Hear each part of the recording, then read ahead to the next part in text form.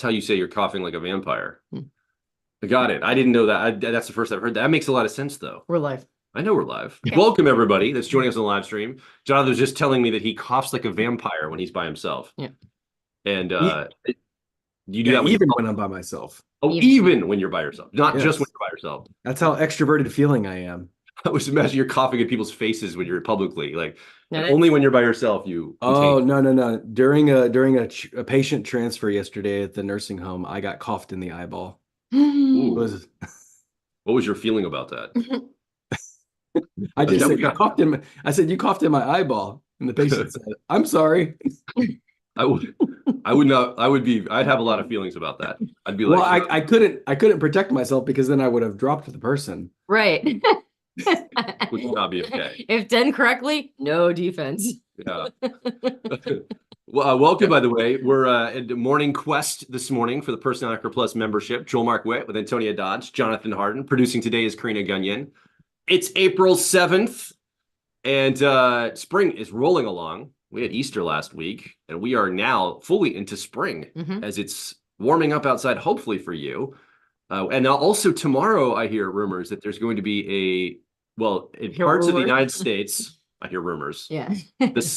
Follow the science. It tells me there's going to be a solar eclipse tomorrow. At some point in the afternoon here in the United States. It's going to pass through like Mexico, up through Texas, the Midwest, Indiana, right through Cleveland, Erie, Pennsylvania, Buffalo, like Rochester, New York, and then on up out. And the path of totality. Yeah, that's what they call it, which is very ominous sounding. So I don't know how far, Jonathan, you live away from like path of totality. 2 hours away. Are you going to go see it tomorrow? Or are you going to drive? Of course not. You know why? Because I don't want to watch the sun getting mooned. It's rude. It's rude. Extroverted feeling says no. That was a great experience. So we had our life path, personality life path event, 2 weeks ago in Philadelphia, and there was a moment when somebody had made a suggestion or something was going on, and I don't remember what was going on. I just remember Jonathan's response to it. ENFJ preferences. He just goes, "No, extroverted feeling says no." And so I've been saying that ever since. And we've been using that phrase for like weeks now. It's been fantastic. Anytime somebody does something mildly offensive, we're like, extroverted feeling says no. That's right. It was a fantastic phrase, Jonathan. I appreciate it. But we're not in the path of totality, but I still have our solar glasses. Oh, good. I ordered them, so we'll be able to see the eclipse. We'll see a crescent moon from where we are. That's right. A crescent sun. Or a crescent sun, not a crescent moon. Yeah. A crescent sun, which isn't. Did you see that they were like putting out all these like APBs? Like it used to be when I was a kid, if there's an eclipse, it's like, hey, just don't look into the sun. Right. Now it's like FEMA put out like, make sure you've got bottled water and backup generators and gas in your car. And I'm like, what is going to happen? Like what? Like when I was a kid, it was the solar eclipses weren't this severe. I'm like thinking, it's the solar apocalypse. Preparing for something extreme. Yeah. It's like escalated since you were a kid. Like cool little boxes in school. Like wow, right. Together is so innocent. Now it's extra. It's like it's Solar Eclipse Plus. Subscriptions available now. That's right. There you go. Everything is plus now. Everything's plus. Yes, even the solar eclipses. We even decided to go extra. All right. So this is not just here to talk about nonsense. We're here together to talk about personality types. Today, we're going to watch a short clip from our most recent podcast coming out later tonight called the ISTJ, or How to Love Yourself as an ISTJ. So if you're an ISTJ, this will be a fantastic podcast coming out later, this conversation as well. So make sure you're paying attention because we're going to talk about removing obstructions and setting proper expectations in your cognition and your cognitive functions as an ISTJ to be able to express and receive love from yourself. So we're going to talk about that. And then we're also going to tune into something the rest of us that aren't ISTJs, right? Like I'm an ENFP. I've got the opposite functions, or not opposite functions, but the opposite letters, opposite dichotomies. But I can still learn from ISTJs showing themselves love. There's some core principles we want to tune into today. So this is what we do every Sunday. We gather together, a group of like minds on Zoom, and then we broadcast and live stream. Just the first part, we're watching the podcast together. But then we do breakout rooms, and we open up a broader discussion. We have some journal prompts that we do some reflection on.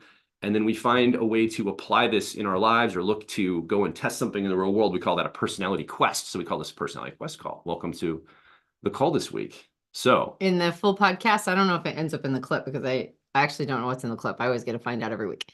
But I had to walk something back in the full podcast. Oh, yes, you did. I did. I had to walk it back. So in the early days of personality hacker, I would talk about how ISTJs don't like me very much. And I think I said it like a lot. I think I talked about it in a lot of podcasts. Yes.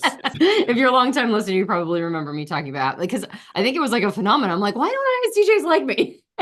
Oh, look, we synchronized our arm crossing. I know. It was perfect. It was perfectly in sync. It was a very effing moment. God. Anyway, I'd be like, why don't they like me? What's going on? And I realized that well, first of all, I was looking at it through too narrow a focus. Second of all, it was one-sided ISTJs, which I can appreciate why they wouldn't, like my extroverted intuition energy very much. But what I realized since is I'm actually surrounded by ISTJs that I love and love me. And so I had to make sure to communicate that I'm like, yeah, I got to walk that one back, because Joel has an uncle on his father's side and an aunt on his mother's side. And they both have ISTJ preferences, and they're both in their 70s. And they're both very seasoned people. And they're both amazing human beings. And I've won over. I've not just won over, but they like me. And I'm like, oh, you mean when there's, when they're not one-sided? And I mean, if I'm not one-sided, if we're both not one-sided, then we're actually, playing off of each other extremely well. And his ISTJ uncle, just on his own, did like a full genealogy for me. And let me know all sorts of interesting things about, because my people on my mother's side were all the original, rodeo and Rodeo cowboys. Rodeo clowns. Rodeo clowns? No, cowboys over what's now Beverly Hills. Like they were all California Spaniards. Oh, wow. And so he's like, yeah, it's a very interesting. I mean, he was telling me all about my genealogy, and I was like, that's super cool. And he just did it. He was just interested. And so he just took it upon himself, which I thought was very kind. So anyway, so I'm right now in a little bubble of ISTJ love. And so I had to make sure to communicate that, considering how harsh I had been in the early days. Yeah. Well done, Antonia. Oh, thank you. Growth. Walk it back. Awesome. Do you have any ISTJs in your life, Jonathan? I do. I have two right now that I'm thinking of. One just stayed with us over the weekend. I think I might talk about her influence in the reflection time in the membership call. Okay. She's a wonderful ISTJ, a sister of my wife's sister. Yeah. Oh, fantastic. Okay.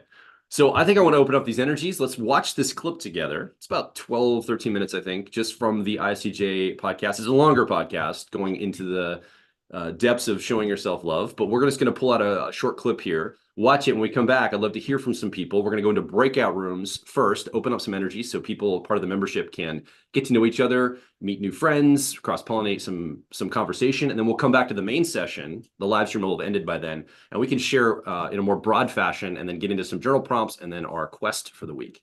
So let me, I know Karina, our producer, is in a different location today, so I'm actually going to be sharing the clip, and let me make sure I can do this well, and we'll see everybody right after this.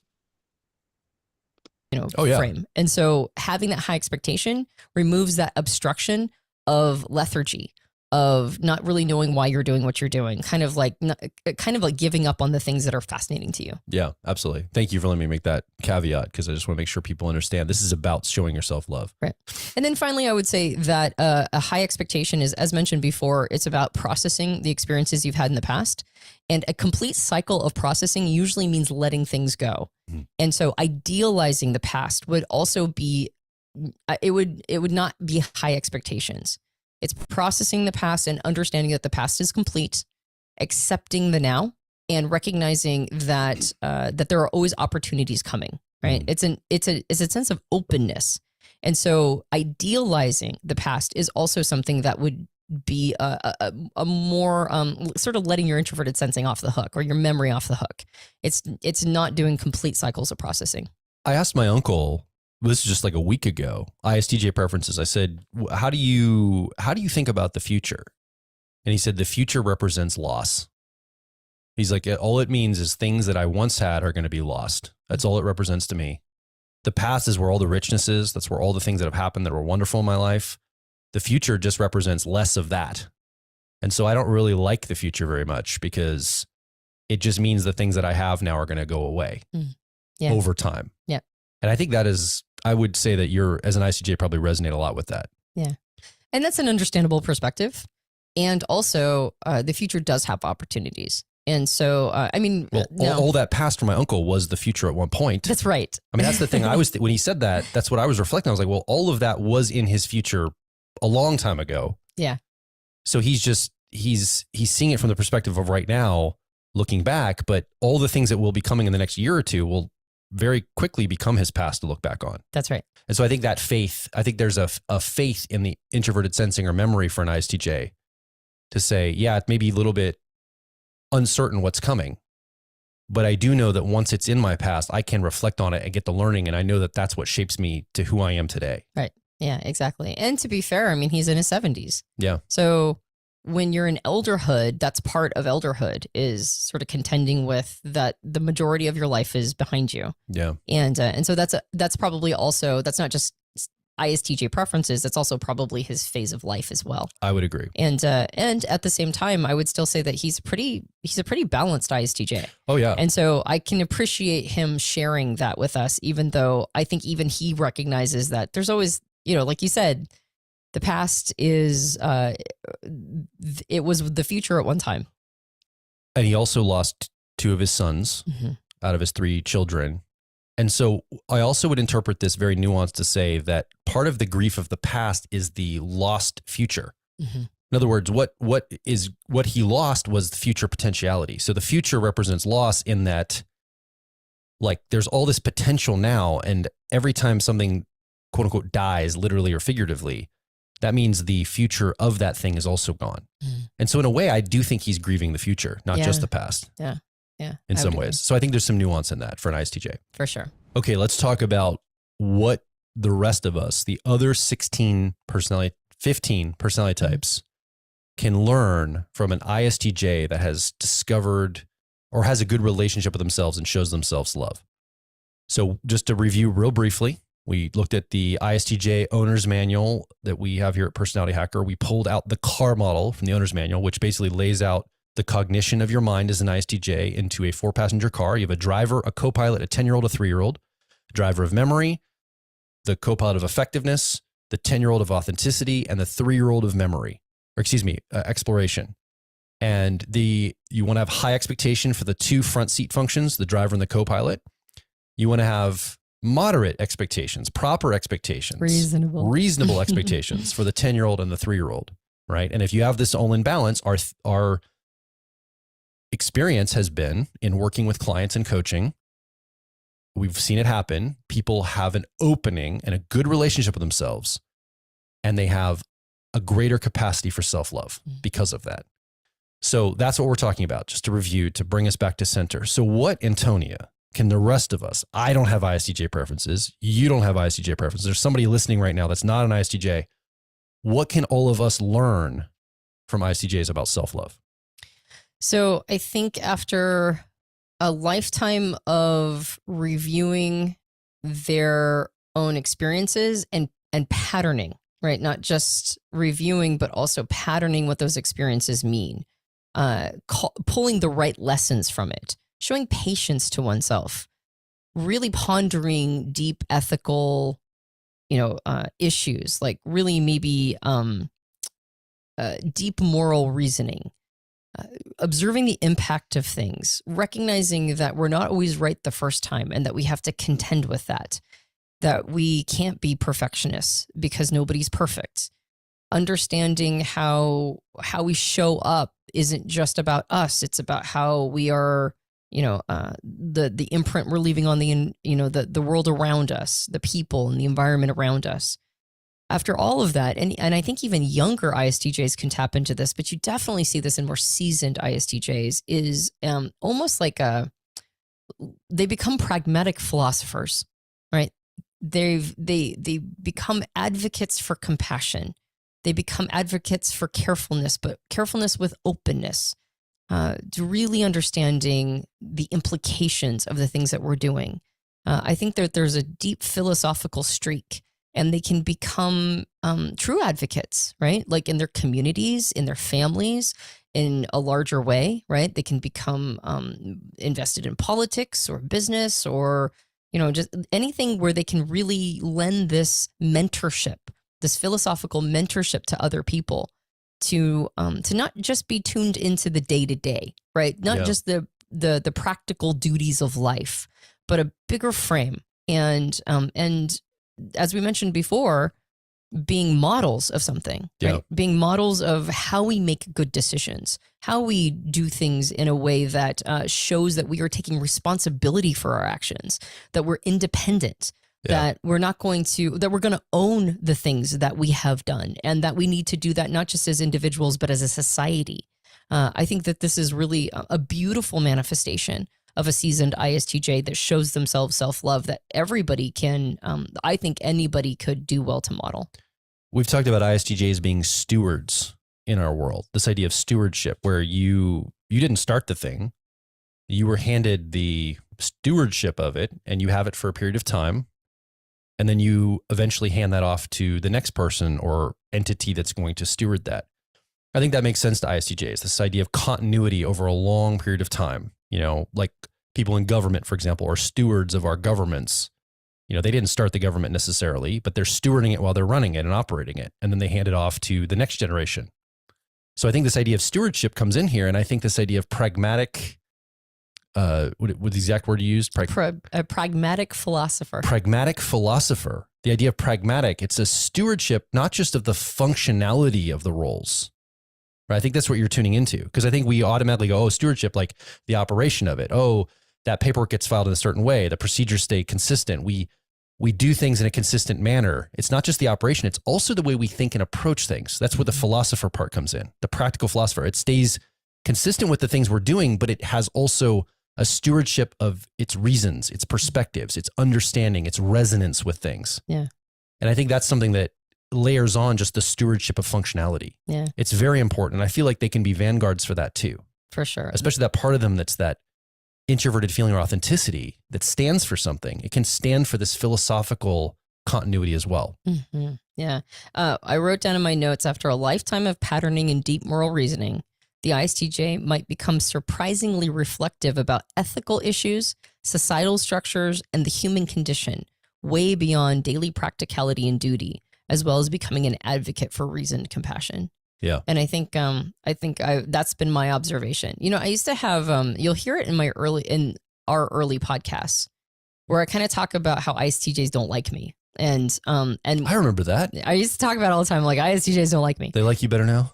Well, Are you first more of all, likable? I opened my frame to who is an ISTJ, and I realized that there were way more ISTJs in my life than I had previously recognized. Because I'm not sure why, but I wasn't the kind of person who was, I mean, I turned this into a profession, but I didn't run around and type everybody. Like, I just don't do that. Like I give people a little bit of space. I think it's because my entire family thinks that what I do is like suspicious. So I got kind of careful about, you know, like who I project type onto. Well, just because you're a car mechanic doesn't mean like, can I fix your car? Can I fix your car? Right. Can I fix your car? It's Right. like you're not just asking your family members, can I please what fix kind your of car car? do you have? Can I look at it? Right. Yeah. So I kind of didn't do that. And then when I got a little bit bigger frame, I realized how many ISTJs I actually had in my life and how great of a relationship I had with them. There is a certain sort of like myopic, I mean, anybody who has introverted sensing or memory in a very like sort of one-sided way is probably not going to like anybody with extroverted intuition preferences, because it's going to be threatening. It's going to force them to contend with that part of who they are. And so there was a little bit of that going on. But now that I'm observing sort of like all of the different and just in general with type, all of the different flavors of ISTJs, all the different flavors of all the types, but all the flavors of ISTJs, I realize that they're some of my favorite type. I mean, I really love a well-seasoned ISTJ. And they're giving like the generosity of spirit and the thoughtfulness and the deep appreciation. They're almost always, if I talk to somebody who's a seasoned ISTJ, they're very grateful for my exploration ideas and the models that I bring. They're almost always like, wow, thank you so much for sharing that. I just love this type. And so I love that. I love that ability they have to stay steady, but still, you know, kind of be big teddy bears, right? Like all of them have a nougaty center and it's delightful. and so I have learned, I would say this is the type that I had to grow into an appreciation for. And now that I'm there, I just adore them. I just adore them. And I love that pragmatic philosopher side. Many ISTJs had to grow into their appreciation for you too, Antonia. I'm sure. For ENTPs, listen, I get it. If somebody's sure. like ENTPs are my least favorite type, I'm like, I'm right there with you. not entirely, but man, when we're younger, your son Gunnar, who has ENTP preferences, yesterday we were talking about it, and he said, not that I need to spend any more time on this podcast, I know it's already gone late, but he said, ENTPs start out as the worst. They start out as the worst, probably the worst type. And he's like, but if we just hang in there, we can become awesome. We can become amazing. I'm like, that tracks. We do start out really challenging. And so I can appreciate why I turn people up. Yeah. I don't think I was mostly teasing, but fair enough. I don't know if you turned people off, but used to. Fair enough. Yeah. Okay.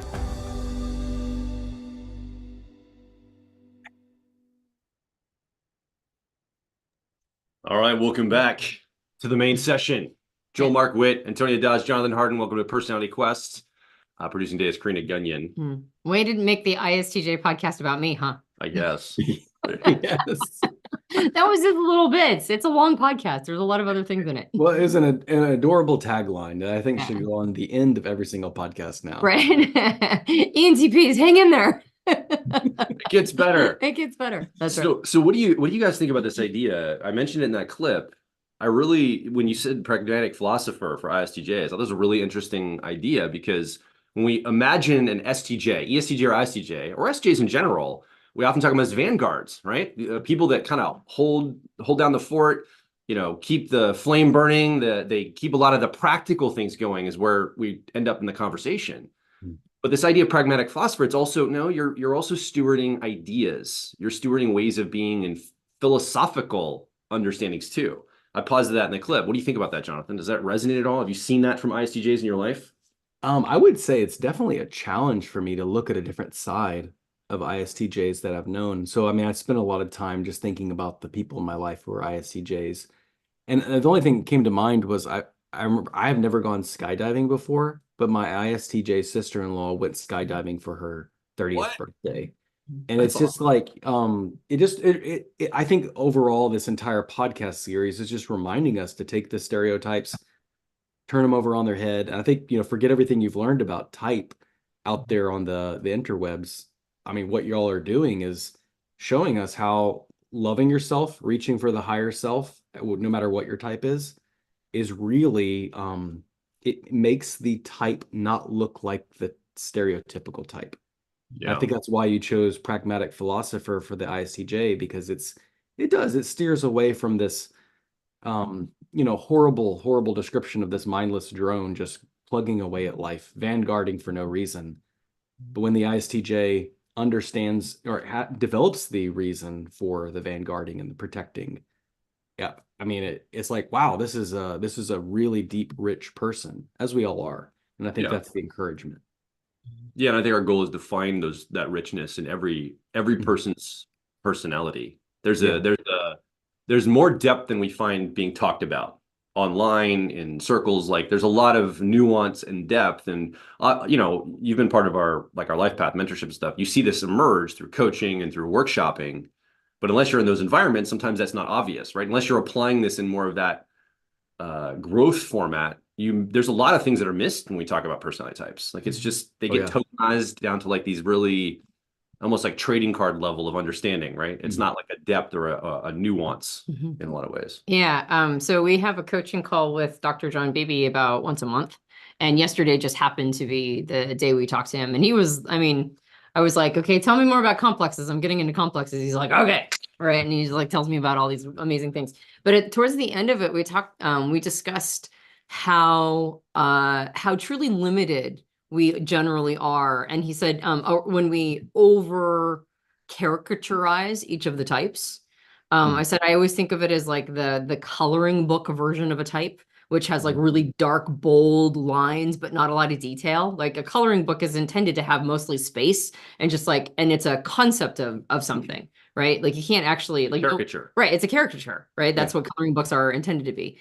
And eventually over time, when one understands how type was originally intended to be used as a psychotherapeutic tool, as something that really helped people understand their preferred wiring or their pre-wiring, but not necessarily all of the behaviors that would manifest from it, like not something that was too reductionist. I said it goes from this coloring book version to more like a Monet, which is just sort of colors that are merged and you almost can't see, where one ends and the other one begins. But if you look at it, you can see the pattern of what it is intended to be. And John was effectively saying that that's why Jung wasn't a big fan of type, because he felt like it over caricaturized us. Static. Right. It became static. It wasn't a tool for more, sort of more texture. It was something that overly, like Joel just mentioned, tokenized things. And Joel mentioned before, just kind of getting a little philosophical ourselves. What is a token? Well, it's a form of currency. And so when we over tokenize type, we use it as almost like a form of currency.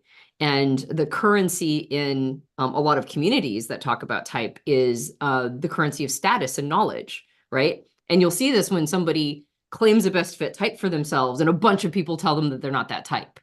And so their token has now become the currency of superior knowledge. And I'm like, well, that person's inside of themselves, so they get the final say, right? If they get, and we can ourselves figure out our type over time and come to greater knowledge about the system and bring ourselves to it. But this idea of like overly tokenizing, I think what it does is it ends up turning types like people with ISTJ preferences into something that's just a little too narrow. And so there's a lot of mistyped ISTJs who think they're INTJs. Because they don't know that introverted sensing and extroverted intuition can have beautiful pattern recognition inside of itself. It just works different than for an INTJ. And there's a lot of people who, if somebody says they're ISTJ and they're an interesting, thoughtful, philosophical, like all of these beautiful qualities and characteristics, the person will go, you're not an ISTJ. And it's like, why not? Why can't they be an ISTJ that has all of these characteristics that one has sort of stereotypically placed in other categories? And so I think that's why I like this series too, is because it's showing that through type development, through acceptance of oneself, through having high expectations for oneself, reasonable expectations for some of the lesser preferred functions, a person can look very different than the stereotypes, than the templates, and they can be very fleshed out, very different than what we're expecting, and yet just right, like not counter to the type, but just a different flavoring, one that we don't usually apply to them. Yeah. We have a few ISTJs in the membership group today that I'm very excited about meeting. So welcome to all of you that are our guests today. We invited some ISTJs from our audience as guests, and welcome to all other members, part of the Personality Hacker Plus membership. We gather every week as part of that membership, and we do this live call. We gather together, we watch a short clip from the Personality Hacker podcast or other content, and then we go into breakout rooms. So everybody gets a chance to share with each other and meet some new friends and build a community. But then we also come back to the main session. We share what our findings were, have a broader open conversation, and then we do some journal prompting to tune to the self and a quest for the week to go out and see what's up, see how these things impact our real lives in a real way throughout our lives. But we also, as part of that membership, we have some deep dives once a month. We just did one on complexes. Antonia mentioned complexes. You should go check it out. All members, it's posted now in the membership area. So feel free to go in there and watch that. The replay is there, and we'll have another new one coming out next month. Those are available in the growing catalog. Also, you're going to be doing a book club, I think, right? Very soon on some things. So let's go ahead and go into some breakout rooms now. Open up these energies. I have a prompt for everybody to be able to focus on. So when you get into the breakout room, usually it's about 3 to 4 people in the room. Make sure you introduce yourself to each other. Lean forward. This is a great opportunity. You don't have to do this as a member, but I would really encourage you to. You get to meet new people and cross-pollinate ideas and open up your own energies. Lean forward and be engaged in your life and this material. I think it would be really, really fantastic. So if you choose to accept the mission, we're going to put 12 minutes on the clock right now. Karina is going to organize those rooms and open them up in a moment. Let me give you the breakout room prompt. I want everybody to focus in and talk about ISTJ influences in your life. Now, this might be an actual person that you know, or persons that you know have real ISTJ preferences, right? These are maybe real people in your life. You could tune into it and say, yeah, I know this person in my life, my friend or family member. This is kind of how they show up. Talk about those influences. You could also talk about what you would, if you're like, I don't know, you could speculate a person, but you also talk about organizations or activities in your life that are more tuning into this energy, right? And particularly, we're going to be talking a little bit later about pragmatic philosopher, and we get to the journal prompt for all the members. But open up the energies and talk a little about these influences. When we come back to the main session, I'd like to hear from 2 or 3 people just to express what your understanding, and if you're an ISTJ, we'd love to hear from you, your actual lived experience as this personality type. That'd be fantastic. But we'd love to hear from some people just what's coming up for you as we talk about this. Karina, let's go ahead and open those rooms, and we'll see everybody back here in 12 minutes as we continue moving along our discussions here on Personality Quest this week. All right, so as our members are going into the breakout rooms, I know there's a few people here on the live stream on different platforms, X, Facebook, Instagram, and YouTube. Thanks for joining us today. We like to broadcast and live stream this first part here just to showcase and show people what we're all about. But we do have to end this live stream in just a few minutes here because we got people coming back from those breakout rooms. We want to go into discussion. It's all the private membership. You should join the membership. If you're not a part of it, we'd love to have you join us every single week. We take off and we enjoy talking about different concepts around personality type, how to apply an understanding of personality type into a personal growth frame, also into relationships, into our career. We're going to gather every week on Sundays currently at the time of this, and this is a great experience and you should be part of it. personalityhacker.com/membership. Love to have you on board with us in this entire community each week as we do this together. Yeah. And as mentioned before, a big benefit to joining this program is that you get to talk to people of a lot of like the same personality type, but a lot of different styles of that personality type. And so it helps us see in a real world way how many different variations of a single type can show up. And that just makes sense, right? There's 16 types and nearly 8 billion people on the planet. So you're going to have variety. And I think that's one of the most important things that we can remind ourselves of is that type is more about our pre-wiring than it is about how we're showing up with our persona. Our personas can change and they're very affected and impacted by our generation, our context, the culture that we were raised in, the family culture that we're raised in, career, gender. There's like so many different things that influence how we show up as individuals. And type is, or our Myers-Briggs type specifically, is just one of those things. And so it's important to have context and situations that perpetually remind you of variance, because otherwise we get a little too narrowly focused. And I think particularly if we're the only person in our world that's into this kind of thing, right? Like that's actually the worst situation, is to have been bitten by a bug that makes one fascinated by the system and then be the only one in our world. And so we automatically become the most knowledgeable person about type in our world if we're the only one who's into it. And that's a good thing, right? Because then we can, based on how we show up, especially if we use it for growth and development, we can be a model to other people. They can ask, what is it that we're doing that is making us, become or encouraging us to become better versions of ourselves? But the drawback is that we don't have anybody that we're sharpening the saw against. And so then in our mind, we become the expert, right? And so what's really great about communities, not to get into those conversations about knowledge supremacy, not to get into a place where it's like, no, I know more than you. No, I know more than you. It's actually the opposite. Really, the communities around type that are fostering what we believe is the original intent of the model, to use it for growth development, for what Carl Jung would say, to find whole self. Those communities encourage us to just have like a moment of like, oh, there's always so much more to learn. And it doesn't matter how long you've been learning it. As somebody who's been completely saturated in this topic for well over a decade, I am always, always, always getting my mind blown around the variance of type and how it can show up and all the different ways that it can be applied to become the best versions of ourselves, or at least the more versions of ourselves. So that's one of the reasons why I think Personality Hacker Plus is a great entry into a community of people who are using it in that application, because not everybody sees type as an application for growth and development. And so this is a really great community that keeps that going, that flywheel and that encouragement going. Well, and we've been doing this for multiple months now.